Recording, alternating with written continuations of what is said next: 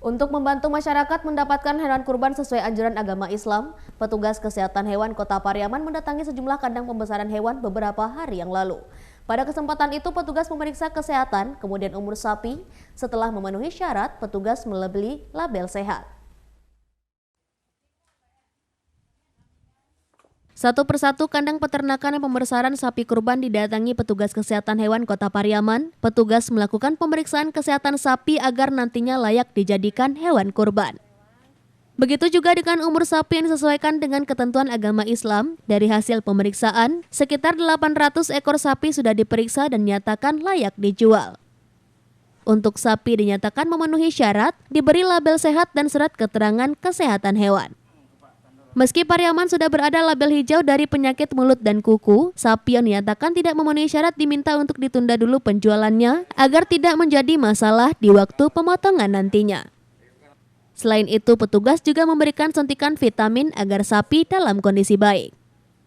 Usaha pembesaran sapi kurban cukup menjanjikan karena dalam waktu 6 bulan bisa menghasilkan 5 juta rupiah setiap ekor, sedangkan harga sapi mengalami kenaikan dari tahun sebelumnya.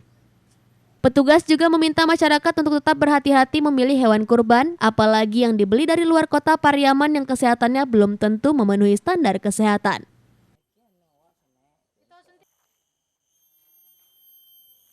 Berapa lama Bapak melakukan pembesaran ini, Pak? 6 bulan atau 8 bulan. Itu keuntungannya satu ekor rata-rata berapa, Pak? 5 juta, Keluarga jual mana sekarang, Pak? 18,5. Ada kenaikan atau gimana, Pak? Ada dalam 1 tahun 1 juta. Yang tidak boleh diperjualkan itu contohnya misalnya ketika dokter hewan dan paramedik veteriner kami menyatakan umurnya belum cukup, kemudian tampilan secara fisiknya itu ada penyakit seperti misalnya penyakit LSD atau BEF atau penyakit lain yang ada pada sapi itu tidak boleh disarankan tunggu sehat dulu baru boleh untuk dikasih label dan surat keterangan kesehatan hewan.